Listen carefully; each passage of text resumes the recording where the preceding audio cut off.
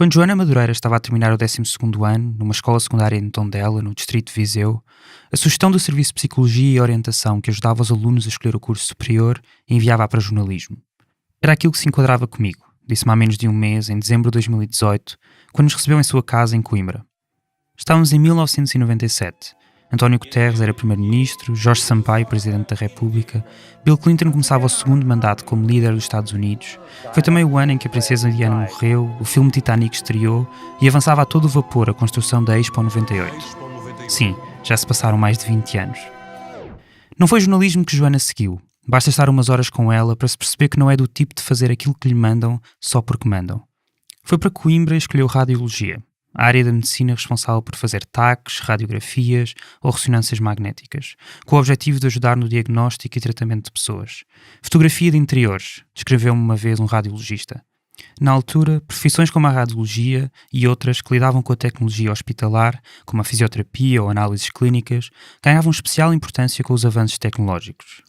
Eram profissões que estavam em ascensão, que o desenvolvimento tecnológico estava a ser gigante e na verdade era isso que nos era passado também quando víamos alguma coisa sobre estas profissões. Estas profissões são as dos chamados Técnicos Superiores de Diagnóstico e Terapêutica, ou TSTTs, responsáveis por quase todos os exames complementares de diagnóstico e que auxiliam também no tratamento de doentes. Uma classe, 18 profissões.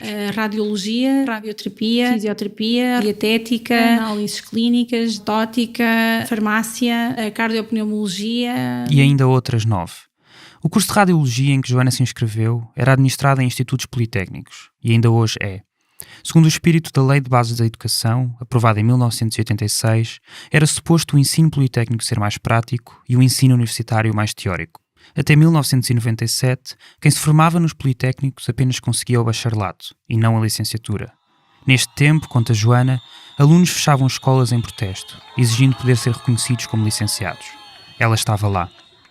O então Ministro da Educação, Marçal Grilo, começou um processo de, nas suas palavras, credibilização e dignificação do ensino superior politécnico. E, finalmente, a alteração à Lei de Bases da Educação permitiu que os institutos politécnicos passassem a poder conferir o grau de licenciatura. A vitória para os TSTTs só aconteceu 2 anos depois, em 1999, no segundo governo de Guterres. Maria de Belém era Ministra da Saúde e Alfredo Jorge Silva, Secretário de Estado do Ensino Superior, quando assinaram a Portaria número 505-D de 1999, que criava um conjunto de cursos de licenciatura para as áreas da tecnologia e da saúde. Assim, Joana entrou para fazer um bacharelato de 3 anos e acabou por estudar mais um, saindo licenciada.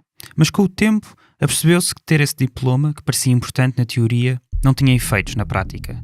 Nada parecia ter mudado. Comecei a perceber, à medida que os anos foram passando, que de facto tínhamos um reconhecimento teórico e científico das escolas, mas depois não o tínhamos na prática, no dia-a-dia, no trabalho, nem na remuneração que tínhamos. Ainda em 1999, aprovaram-se os Decretos-Lei nº 320 e nº 564.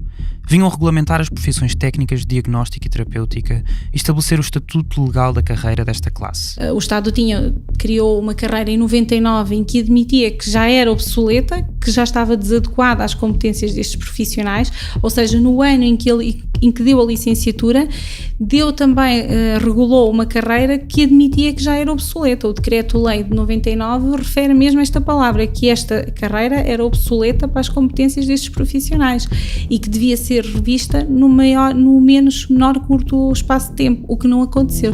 Não é exatamente obsoleta a palavra usada no Decreto-Lei, mas o que a Joana diz é verdade. No preâmbulo do Decreto-Lei nº 564 de 1999, o tal que estabelece a carreira dos TSTTs lê-se: a alteração pontual da carreira, que ora se leva a efeito, tem subjacente o reconhecimento da necessidade de uma reestruturação mais aprofundada, que compatibilize o respectivo exercício com o processo de reforma do ensino em curso, entretanto refletido no novo grau académico, e que proceda à reavaliação das designações, quer da carreira, quer das profissões que a integram, de modo a torná-las mais consentâneas com o seu grau de desenvolvimento. Do mesmo modo, será essencial ter em conta nessa reestruturação uma definição de conteúdos funcionais manifestamente desatualizados. Ou seja, a carreira que ali se aprovava estava desajustada em relação às recentes mudanças levadas a cabo na formação superior e que atribuía diplomas de licenciatura a estes profissionais. O Estado deu a licenciatura a estes profissionais e regulou-a, mas depois no exercício da profissão não o fez. Os anos foram-se passando e a carreira desajustada e desatualizada continua igual. Mas a verdade é que por esta altura a classe dos TSTTs pouco fazia em relação a isto, diz-nos Joana. No início da sua carreira, pelos anos 2000, a falta de profissionais licenciados nestas áreas, com pouco ou nenhum desemprego, fazia com que profissionais não tivessem mãos a medir. Faziam horas extraordinárias, noites e fins de semana e conseguiam chegar ao fim do mês com um bom salário. Mas a situação mudou. E eu passei de inicialmente, em início de trabalho, ganhar 1.300 euros para agora ganhar 800 limpos. 20 anos depois, Joana ganha menos do que ganhava quando iniciou a carreira. A carreira desatualizada de 1999 continua por ajustar. E apesar de trabalhar na função pública há 18 anos, nunca foi promovida. Até hoje, fiquei sempre na base. Ganho mesmo agora que alguém que inicia agora funções. E que é quanto? 1020. Portanto, alguém que hoje entre a seguir à licenciatura num hospital para fazer um serviço que tu estás a fazer, ou que tu estavas a fazer na altura em que iniciaste, sim, ganha o mesmo que tu ganhavas na altura? Sim, 1020, sim. E que continua a ganhar. Numa altura em que o setor da saúde fervilha, com médicos e enfermeiros a reivindicar melhores condições de trabalho e financiamento do Serviço Nacional de Saúde, a luta dos técnicos superiores de diagnóstica e terapêutica tem passado despercebida. Há mais de 2 décadas que exigem a revisão da sua carreira pelo Estado e que os seus salários sejam equiparados a outras classes da função pública. Na peça Diagnóstica e Terapêutica de uma Quase Carreira, explicamos o para-arranca negocial dos últimos anos com sucessivos governos e ministérios da saúde. Seja toda a gente bem-vinda ao 2 Pontos, a atualidade explicada. Eu sou Ricardo Esteves Ribeiro.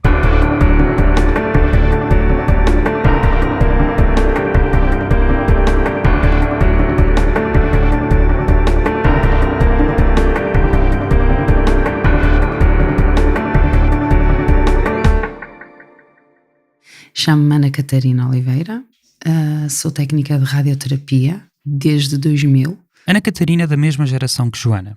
Entrou no curso em 1997, em Lisboa, e completou os 4 anos que lhe deram licenciatura. Foi para Coimbra, em 2000, trabalhar no IPO, o Instituto Português de Oncologia, que trata pessoas com cancro. Ainda hoje trabalha lá, no Departamento de Radioterapia. Portanto, eu tenho 19 anos de serviço, sempre em Coimbra. Comecei com um contrato, entrei no quadro, celebrei um contrato de funções públicas em 2002. Portanto, só tive 2 anos em contrato. Em 2002 entrei para a função pública, para os quadros da função pública. E quando é que progrediste na carreira? Nunca. Nos anos 2000, a carreira em vigor dos técnicos superiores de diagnóstica e terapêutica, mais uma vez os TSTTs, previa subidas automáticas de escalão e, portanto, de remuneração a cada 3 anos, se a sua avaliação profissional fosse satisfatória. Assim, como Ana Catarina entrou para o quadro do IPO em outubro de 2002, subiria um novo escalão, ganhando mais 44,74 euros em setembro de 2005. Não fosse isto ter acontecido. Senhor Presidente, senhoras e senhores deputados, a proposta de lei número 25 que o Governo apresenta à Assembleia da República tem como objetivo que o tempo de serviço prestado por todos os trabalhadores e demais servidores do Estado até 31 de dezembro de 2006 não conte para efeitos de progressão em todas as carreiras e categorias, incluindo as integradas em corpos especiais. Como se sabe, estas progressões têm um caráter praticamente automático no processo de evolução salarial.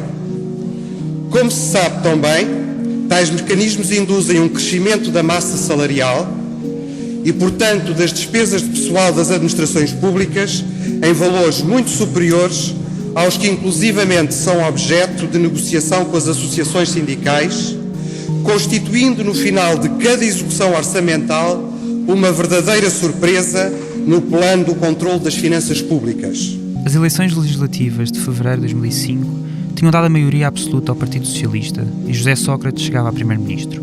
Campos e Cunha era ministro das Finanças.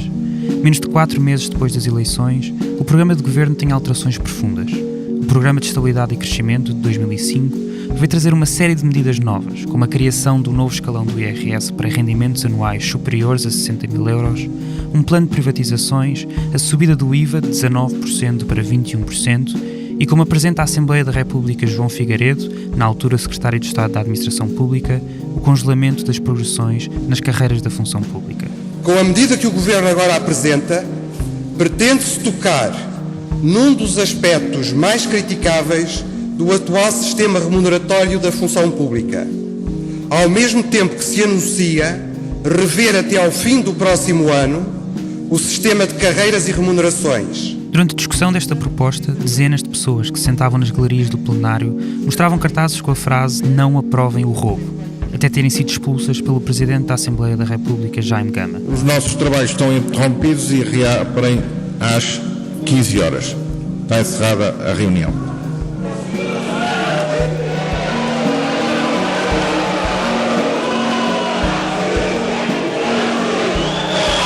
Dia para mandar evacuar as galerias.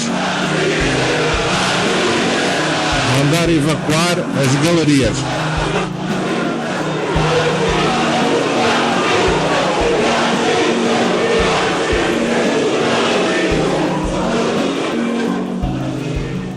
A proposta, aprovada apenas com os votos a favor do PS, abstenção do PSD e CDS e votos contra do PCP, Bloco de Esquerda e os Verdes, era provisória até dezembro de 2006, para que o sistema de carreiras e remunerações fosse revisto no ano seguinte. Mas, adivinhem. O Governo determina a prorrogação da vigência das medidas aprovadas pela Lei 43 de 2005, de 29 de agosto, até 31 de dezembro de 2007. Votos a favor? Abstenções? Aprovado. Votos favoráveis do PS, votos contra, restantes bancadas. Estávamos em dezembro de 2006. O congelamento era prolongado até final de 2007 e o sistema de carreiras e remunerações não tinha ainda sido revisto, como prometido. Isso aconteceu no início de 2008, com a entrada em vigor da Lei nº 12A. Por esta altura, foi também aprovado o novo Sistema de Avaliação da Função Pública, o CIADAP, de que vamos falar mais à frente. A lei dividia as carreiras em dois tipos: carreiras gerais, para as pessoas cujos postos de trabalho podiam servir várias áreas do Estado, como alguém que faça limpeza, por exemplo, e carreiras especiais, cujos postos de trabalho servem apenas para um ou alguns serviços, como por exemplo as polícias, militares, professores, enfermagem ou, claro, os TSDTs, que passavam a ter de ser licenciados para poderem trabalhar no Estado. Ser bacharel já não chegava. Todas as carreiras tinham de ser revistas em 180 dias, para se adaptarem à nova legislação. Mais uma vez, não aconteceu. Até ao final de 2009, embora com o novo sistema já aprovado e com as carreiras em teoria descongeladas, era virtualmente impossível progredir na carreira. Ainda em 2009, em ano de eleições, o governo de José Sócrates aprovou o maior aumento da função pública da década, incluindo para os técnicos de diagnóstica e terapêutica. Finalmente, senhores deputados, o orçamento contém a verba necessária para que o aumento do salário dos funcionários públicos se faça acima da inflação prevista. É uma medida mais do que justa para os trabalhadores da administração pública, agora que o Estado a pode tomar sem pôr em causa as contas públicas do Estado. As legislativas de setembro de 2009 deram a vitória ao PS, ainda que sem maioria absoluta, e em 2010 vieram mais congelamentos, ao contrário do que prometia o programa eleitoral socialista e reafirmava o programa do governo. São os primeiros a sentir o peso do controle do déficit. Os funcionários públicos vão perder poder de compra este ano. O governo decidiu congelar os salários. Irei propor aos representantes sindicais da função pública a não atualização de salários em 2010. E em 2011? E se me permitem, começo pela mais difícil. E essa medida é uma redução de 5% da despesa total com salários em todo o setor público. E em 2012, já com o novo governo PSD e CDS, liderado por Passos Coelho. O governo quer congelar os salários em 2012. A proposta já foi apresentada aos sindicatos da função pública. O governo quer ainda manter a proibição de valorizar as remunerações por via de promoções e de progressões. E em 2013? Já que os congelamentos salariais em vigor são para continuar na função pública também em 2013. E em 2014? Cortes nos salários, cortes nos subsídios, cortes nas pensões. Desde logo nos ordenados da função pública. O congelamento geral das carreiras na função pública foi prolongado até 2018. Na prática, em alguns casos, como os TSTTs, até hoje. Ana Catarina Oliveira, que ouvimos há pouco. Portanto, eu nunca subi. Eu estou desde 2000 exatamente no mesmo índice remuneratório, que teve as subidas normais da inflação. Entretanto, portanto, eu neste momento com 19 anos de serviço estou com 1020 e líquidos. Ou seja, líquidos eu levo 830, 820. Sim. Ana Catarina e Joana Madureira ficaram impossibilitadas de subir de escalão e com uma carreira por regular desde 1999. Pelo caminho, a profissão ficou mais exigente e passou a obrigar uma licenciatura. Mas a maioria dos TSTTs ficou a ganhar o mesmo, independentemente da formação ou dos anos de serviço. Até hoje, passados 19 anos. É que eu não assumo que nós tínhamos estagnado. Eu assumo que a nossa carreira foi desvalorizada. Foi desvalorizada por quem nos governa. Porque nós merecíamos muito mais. Quer dizer, então, a nível académico é-nos exigido mais. A nível académico, nós correspondemos ao mais alto nível. Temos uma licenciatura com 240 unidades de crédito, tal e qual uma licenciatura de Engenharia Física, tal e qual uma licenciatura de Nutrição, tal e qual uma licenciatura em Psicologia, tal e qual. E todas estas têm um reconhecimento de carreira, de profissão, menos a nossa. Nas últimas 2 décadas foram muitos os TSTTs que emigraram, denunciam os sindicatos, ainda que sem terem dado números oficiais. Ana Catarina decidiu ficar. Se calhar, se eu, na altura em que comecei a trabalhar, tivesse alguém que dissesse, que me tivesse elucidado, que me tivesse alertado de como é que tudo isto poderia vir a acontecer, eu se calhar teria emigrado, sim, sem dúvida alguma.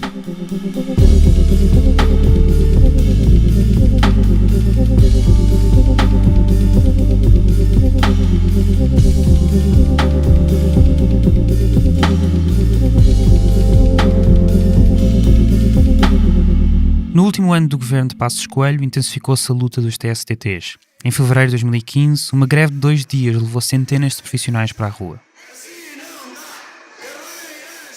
No mês seguinte, em março, depois de mais um pré-aviso de greve, desta vez por tempo indeterminado, o Ministério da Saúde aceitou reunir-se com os sindicatos. Depois de várias reuniões, num processo negocial longo, o Governo publicou, a menos de um mês das eleições de 2015, uma proposta de revisão da carreira dos TSTTs, para ser discutida publicamente e, mais tarde, aprovada em Conselho de Ministros.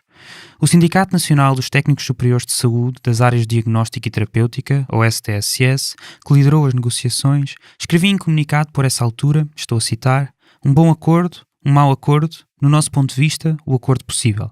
Sem a conclusão desta fase negocial, com o que possa resultar do próximo processo eleitoral, corríamos o risco de voltar à estaca zero, num processo que se arrasta há 15 anos. E foi isso mesmo que aconteceu. Voltou-se à estaca zero. A moção de rejeição apresentada pelo PS foi aprovada com 123 votos a favor e 107 votos contra. Depois das eleições terem dado a vitória à coligação PSD-CDS sem maioria absoluta, o segundo governo de Passos Coelho não aguentou nem um mês. O programa de governo foi chumbado no Parlamento e nascia a chamada geringonça, que tornaria António Costa o novo primeiro-ministro. Para Joana Madureira, apesar da queda do governo PSD-CDS significar o falhanço das negociações que duravam há meses, o novo governo dava-lhe esperança. Eu tinha uma nova expectativa quando saiu o Passos Coelho e houve esta coligação. Eu votei nesta coligação e no António Costa e, portanto, eu depositei todas as minhas expectativas nesta coligação. Foi um dos dias muito felizes para mim, quando eles decidiram coligar-se e governar. As expectativas saíram furadas, pelo menos durante o ano de 2016. As reuniões entre sindicatos e governo resultavam em sucessivos falhanços negociais. Em outubro, os TSDTs ameaçaram greve. O secretário de Estado da Saúde, Manuel Delgado, respondeu com uma reunião. Nada foi acordado. Em novembro, houve mesmo greve por tempo indeterminado. Ao 5º dia, o Ministro da Saúde, Adalberto Campos Fernandes, falou. Sabe-se perfeitamente quais são as expectativas e as preocupações que os profissionais têm, são legítimas, merecem todo o nosso acolhimento. Mas foi preciso esperar até 6 de julho de 2017, 8 meses e 2 greves depois desta declaração, para que se fizesse luz, como anunciou a Ministra da Presidência, Maria Manuel Leitão Marques, em conferência de imprensa depois do Conselho de Ministros desse dia. Foi também aprovado o regime especial para técnicos superiores das áreas de diagnóstico e terapêutica, bem como os respectivos requisitos de habilitação profissional. Os decretos-lei nº 110 e 111 de 2017 entrariam em vigor em setembro de 2017. Fernando Zorro, hoje vice-presidente do sindicato, fazia já parte da direção na altura. Entrevistei-o no passado dezembro, em Lisboa. Repara uma coisa, a carreira que nós aprovámos com o governo do Dr. Passos Coelho é praticamente a mesma do que aquela que aprovámos agora. É exatamente a mesma. E este governo, quando faz a pergunta porque é que caiu aquela proposta, é porque este governo, na altura, não quis dar seguimento àquilo que foi acordado. Ganhou aqui quase mais um ano. E essa é a grande questão. Nós tivemos que voltar às lutas de rua para conseguir, com este governo, tentar negociar o mesmo, basicamente o mesmo, do que aquilo que tínhamos negociado com o governo de Passos Coelho. No fundo, isto é um bocadinho jogar, baralhar e dar o mesmo. Apesar do sindicato ter gritado vitória com a aprovação desta nova legislação, na prática, o que é que mudou na prática no teu trabalho? Nada, porque falta publicar as 3 matérias fundamentais, que são as transições, a forma como transitamos para a nova carreira, a tabela salarial e a avaliação de desempenho. Portanto, enquanto isso não estiver publicado, nada mudou na prática, estamos de igual forma, nada mudou. Os 3 pontos de que Joana fala, as tais 3 matérias fundamentais, são definidas no decreto-lei anunciado pela Ministra da Presidência, que ainda agora ouvimos, de uma maneira bastante clara. Sobre a transição da carreira antiga, de 99, falámos dela atrás, para a carreira nova, agora aprovada, lê-se que faz-se nos termos a definir no diploma que venha a estabelecer o regime remuneratório aplicável à carreira, aprovada nos termos do presente decreto-lei, permanecendo os atuais trabalhadores na categoria atualmente tida e continuando sujeitos ao mesmo conteúdo funcional. Sobre os salários para esta carreira revista, que já reconhece os TSDTs como técnicos superiores e, portanto, licenciados, lê-se a determinação do número de posições remuneratórias e a identificação dos respectivos níveis remuneratórios faz por diploma próprio. Sobre a avaliação de desempenho, lê-se a avaliação de desempenho dos trabalhadores integrados na carreira especial de TSDT rege-se por sistema de avaliação adaptado no CIADAP, falámos dele também há pouco, a aprovar por portaria no prazo de 90 dias, após a entrada em vigor do presente decreto-lei. E o que aconteceu? Nada, nunca as publicaram. Os técnicos superiores de saúde, de diagnóstico e terapêutica começam hoje uma greve por tempo indeterminado.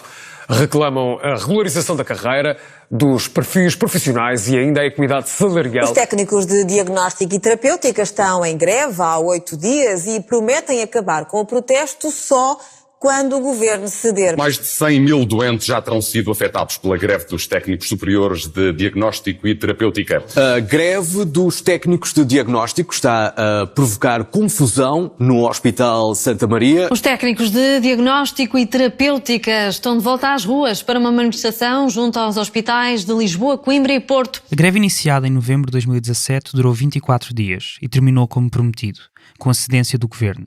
Manuel Delgado, secretário de Estado da Saúde, assinava a 24 de novembro um protocolo negocial da carreira dos TSDTs com os sindicatos e também com o Ministério das Finanças. Nos 45 dias seguintes, discutiam-se as matérias que ficaram por resolver. Mas, já sabem, nesta história há sempre um mas. É uma remodelação em modo relâmpago e com o primeiro-ministro ausente do país.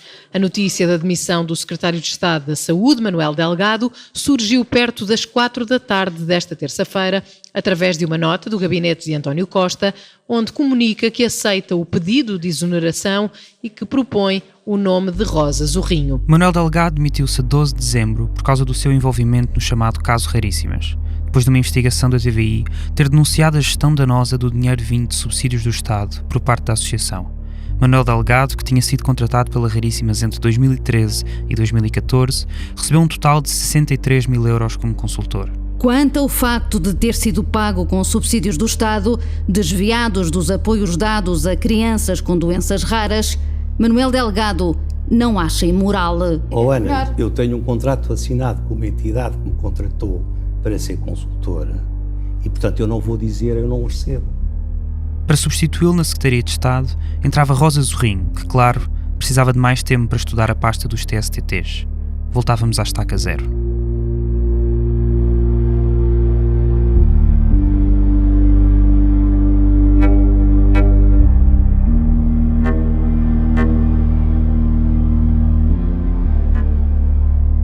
As negociações recomeçaram no início de 2018, mas as várias reuniões entre os sindicatos e a nova Secretária de Estado não produziam resultados significativos. Pelo menos é isso que se deduz ao ler os comunicados do STSS, o sindicato que Fernando Zorro, que ouvimos há pouco, faz parte.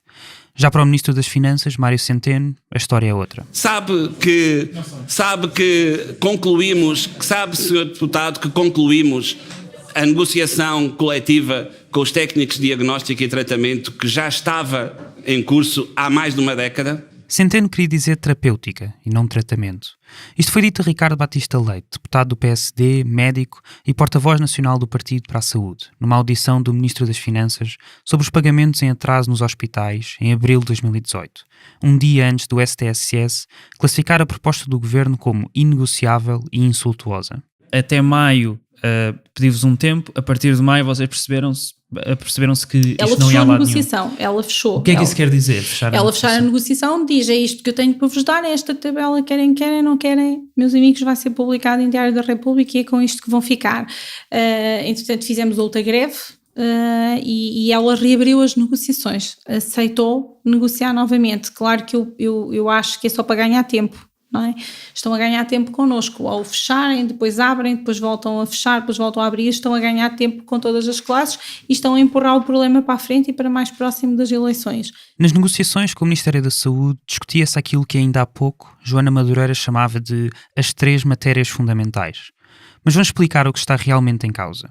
Primeira matéria fundamental, o sistema de avaliações e o descongelamento de salários. O sistema de avaliação dos profissionais da função pública chama-se SIADAP. O nome completo é Sistema Integrado de Gestão e Avaliação do Desempenho na Administração Pública. Se ele foi desenhado para que não se percebesse como funciona, digo-vos, foi um trabalho muito bem feito. Passei horas e horas a tentar percebê-lo.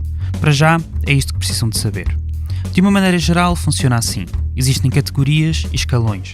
As categorias representam mudanças hierárquicas. Por exemplo, no caso dos TSDTs, existem 3 categorias: Técnico Superior das Áreas de Diagnóstica e Terapêutica, Técnico Superior das Áreas de Diagnóstica e Terapêutica Especialista e Técnico Superior das Áreas de Diagnóstica e Terapêutica Especialista Principal.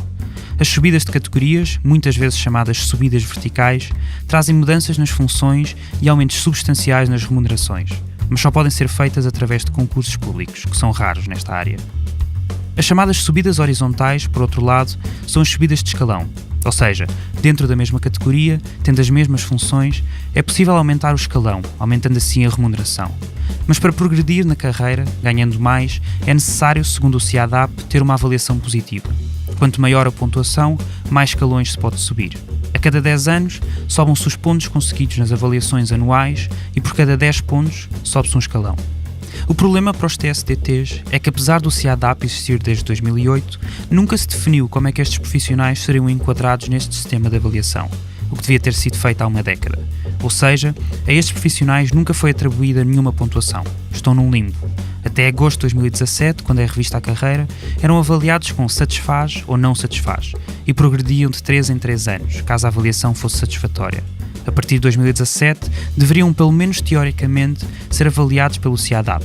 Mas, há sempre um mas, esta é uma das tais matérias fundamentais que nunca foi regulada até hoje. Nós começámos a contestar e achar que o tempo tinha passado e os descongelamentos estavam a começar a ser feitos e começámos a questionar de que forma é que eles iriam ser feitos, de que forma é que nós iríamos ser descongelados por uma tabela e por uma carreira que supostamente já não existia desde agosto de 2017, ou se iríamos ser descongelados por uma tabela e por uma carreira que já tínhamos, mas que não estava totalmente regulada. Portanto, quando o atual governo anunciou que iria descongelar as carreiras da função pública a partir de 2018, Joana e muitos outros TSDTs começaram literalmente a fazer contas à vida, até que receberam um comunicado com a sua pontuação desde que começaram a trabalhar.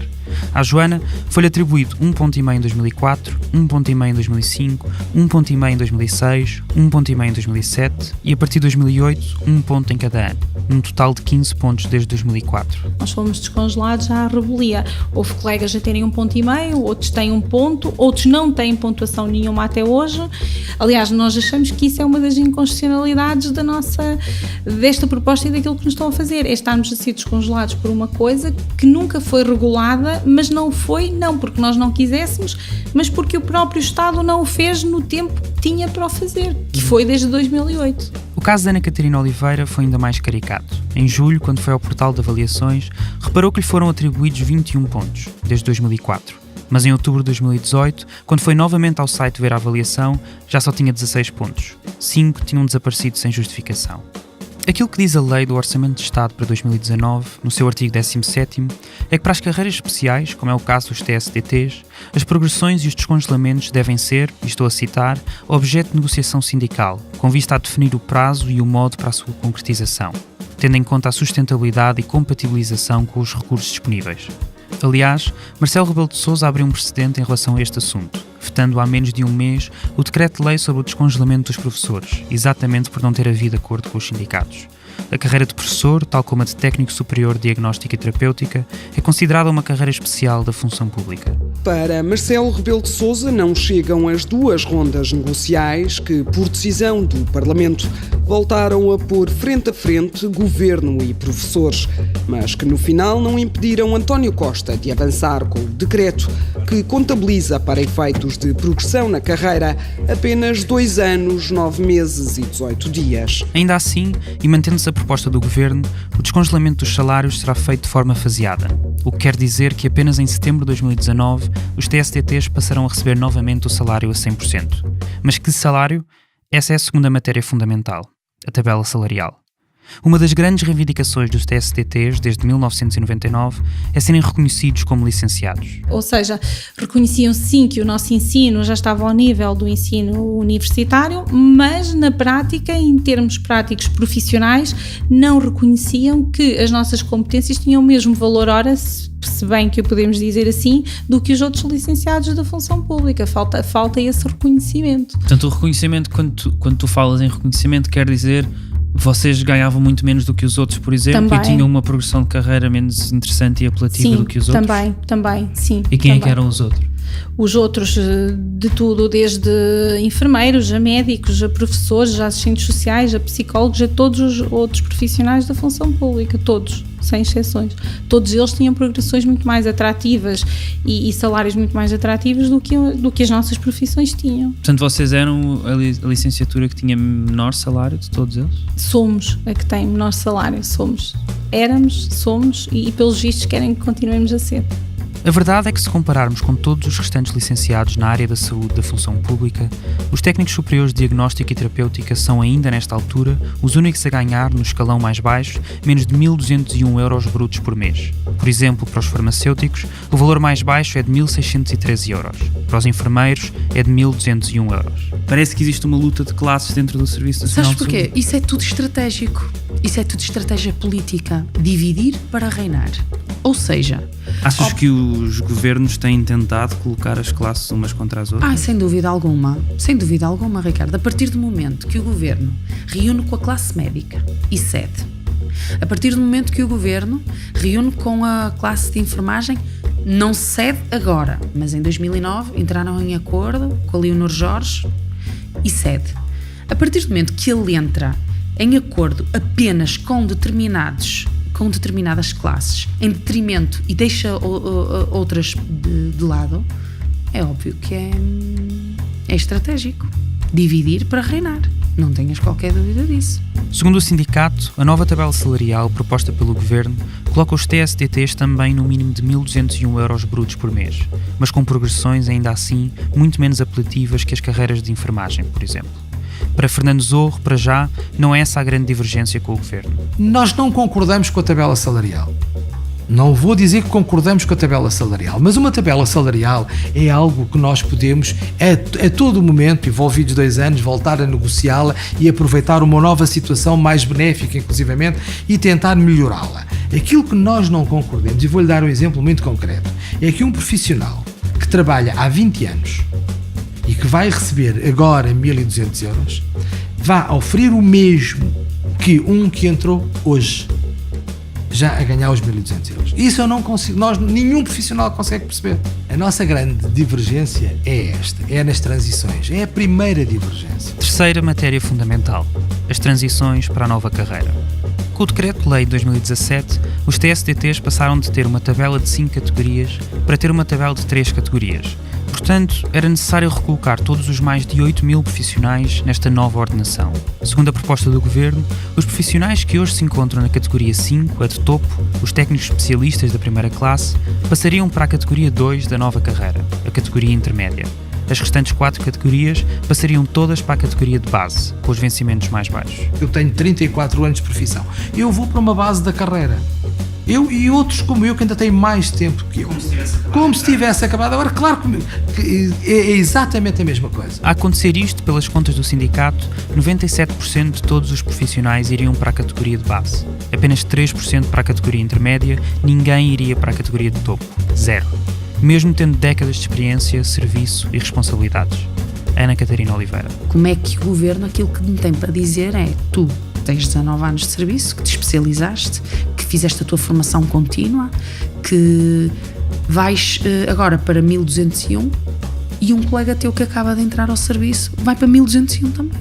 Um colega que eu lhe tirei que dá formação. E se a antiga carreira permitia progressões de 3 em 3 anos, a nova, que agora se negocia, apenas permite progredir de 10 em 10 anos. Joana Madureira. Significa que só daqui a 10 anos é que voltaria a progredir. Ou seja, o meu tempo de serviço é muito curto. Neste momento eu atingi praticamente metade da minha vida profissional, portanto eu nunca vou conseguir atingir um patamar como atinge a minha expectativa profissional. É totalmente diferente da de um colega que inicia agora. Esse colega que inicia agora ainda tem 40 anos de trabalho pela frente, que pode progredir. Eu já não tenho esse tempo pela frente e portanto eu entendo que eu não posso estar a ser colocada com profissionais que têm uma vida pela frente que eu não tenho e outros colegas já não têm. Mas mesmo que existam concursos para as tais subidas verticais que podiam fazer com que estes profissionais fossem promovidos, há uma pergunta que fica por responder. Mas isto é tão surreal que a proposta do governo, portanto, a nossa carreira tem 3 categorias. 97% dos profissionais vão para a base. Não tem, é o que é proposto, não é? Não tem neste momento 3 categorias, é o que é proposto. Sim, é o que é proposto. Vão para a base. Os restantes vão para esta categoria intermédia. E não vai ninguém para o topo. Ricardo, não vai ninguém para o topo. E agora eu pergunto, então, como é que estes profissionais que estão aqui nesta categoria intermédia vão subir? Quem é que os vai avaliar? Médicos? Não pode. Ilegal. O grande objetivo é não haver concursos, é não haver progressões. O grande objetivo do governo é não haver progressões. As pessoas nascem aqui, perdoem-me a expressão, e morrem aqui. Portanto, como nenhuma das 3 matérias fundamentais parece perto de estar resolvida, avaliação profissional, tabela remuneratória e transição para a nova carreira definida pelo Estado, continuam as negociações.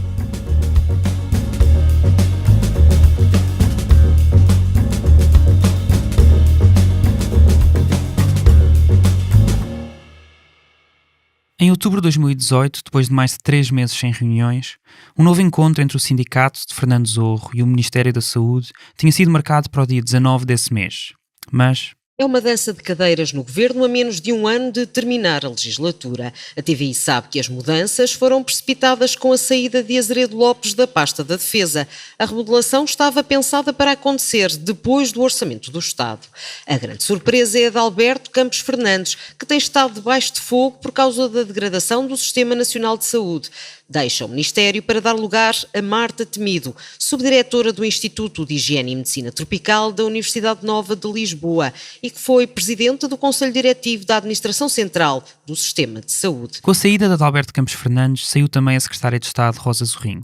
Foi a própria Ministra Marta Temido que passou a liderar as negociações, ao contrário do que acontecia antes, em que as discussões eram feitas pelos Secretários de Estado da Saúde. É ela que vai às reuniões, e é uma pessoa afável, obviamente, é uma pessoa muito, muito cordial, mas que não trouxe nada de novo ao processo. Na verdade, o assunto não é novo para a nova Ministra. Em fevereiro de 2016, quando Manuel Delgado era Secretário de Estado da Saúde e Adalberto Campos Fernandes liderava a pasta, Marta Temido sentava-se já à mesa das negociações com os sindicatos, na qualidade de Presidente da Administração Central do Sistema de Saúde. Segundo o STSS, o sindicato, a nova Ministra apresentou exatamente a mesma proposta que o anterior Ministro tinha colocado em cima da mesa. Por esse motivo, os TSDTs voltaram à luta. Marcaram 12 dias intercalados de greve no mês de dezembro. No dia 10, houve reunião entre as estruturas sindicais e Marta Temido. Segundo um comunicado do Sindicato Nacional de Técnicos Superiores de Saúde, das áreas de diagnóstica e terapêutica, Marta Temido terá anunciado, e cito, a intenção unilateral de encerrar a negociação. Mas ainda nessa semana, a 12, no Parlamento, perante os deputados da Comissão da Saúde, a governante contou outra versão. O caminho que reconhecemos que é necessário continuar a prosseguir e que está longe de estar concluído. Aquilo que a senhora Ministra quis dizer, ninguém percebeu. Porque a senhora Ministra voltou a reafirmar, hoje mesmo, numa ronda que houve com outros sindicatos, que iria fechar as negociações. Hoje mesmo, dia 28, nós seremos recebidos no dia 2. Mas hoje mesmo ela disse que iria encerrar as negociações. Com mais provavelmente uns pauzinhos em qualquer coisa, que não se reverte em nada. Mas aos jornalistas não é isso que diz? Pois, eu acho que essa pergunta é uma pergunta que a senhora Ministra vai ter que responder. Nós próprios lhe iremos fazer essa pergunta. O que é que ela quis dizer com isto? Porque não é para nós credível que se diga uma coisa aos jornalistas e que se faça outra na prática. O Fumaça fez esta e outras perguntas à Ministra para confirmar a versão do sindicato, perceber como têm corrido as negociações e que propostas está o Governo a fazer. Contudo, até à data da publicação destes 2 pontos, 17 de janeiro de 2019, nenhuma resposta chegou. Novamente, Joana Madureira. Eu acho que é só para ganhar tempo, não é? Estão a ganhar tempo connosco, ao fecharem, depois abrem, depois voltam a fechar, depois voltam a abrir, estão a ganhar tempo com todas as classes e estão a empurrar o problema para a frente e para mais próximo das eleições. Acha que isto vai estar resolvido até ao final da legislatura? Olha, eu lamento muito se não tiver resolvido com um desfecho favorável até ao final da legislatura. Temo que esteja resolvido até ao final da legislatura com, mais uma vez, estes profissionais a serem prejudicados.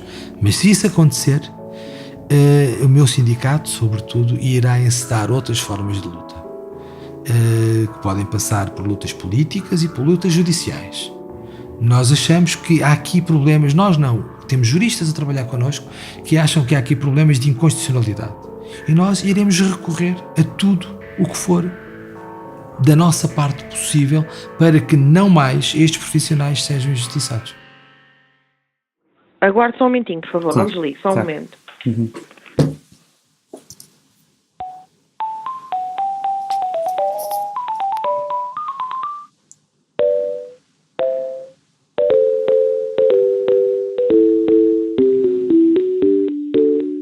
Apesar das negociações estarem, segundo o sindicato, virtualmente fechadas, havia uma reunião agendada com o Ministério para o dia 2 de janeiro deste novo ano. Fernando Zorro descreveu-a como um convite para uma reflexão, não uma negociação. Liguei para o sindicato no dia 7. Fernando? Sim, bom dia. Daqui fala o Ricardo Esteves Ribeiro, do Fumaça. Tudo bem? Olá, como está, Ricardo? Tudo bem? Bem, depois... A Silvia deu-me o seu Diga número. coisas. Será que... Não tem problema. Será que tem 2 minutos? Tenho, com certeza. Pronto. Com certeza. Então, queria lhe perguntar, houve nova reunião com a Ministra, não foi? Exatamente. O que é que aconteceu? Nada de novo. Não aconteceu rigorosamente nada, tudo vai ficar igual.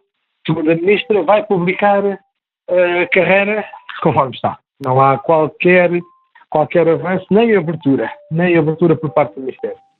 Ok. E o Fernando esteve na reunião? Estive na reunião. E o que é que a Ministra responde às coisas que ainda não existe acordo? A Ministra diz que há uma coisa que nós não podemos querer: manteiga dos 2 lados do pão. E preciso verbis. Ao qual eu respondi que é verdade, mas que é pena quando não se tem manteiga de nenhum lado do pão. E o que é que a Ministra diz que vai acontecer? Há algum prazo para que isto seja publicado em Conselho de Ministros? Diz que será rapidamente, provavelmente até ao final do mês, vai ser aprovado em Conselho de Ministros. Foi aquilo que ela nos disse. A luta dos TSDTs não parece ter fim à vista. Se a publicação desta nova legislação resolveria problemas urgentes, seria apenas um penso rápido numa hemorragia que se alastra há 2 décadas. Mas a 9 meses das eleições legislativas, já se sabe, pode sempre haver um novo mas.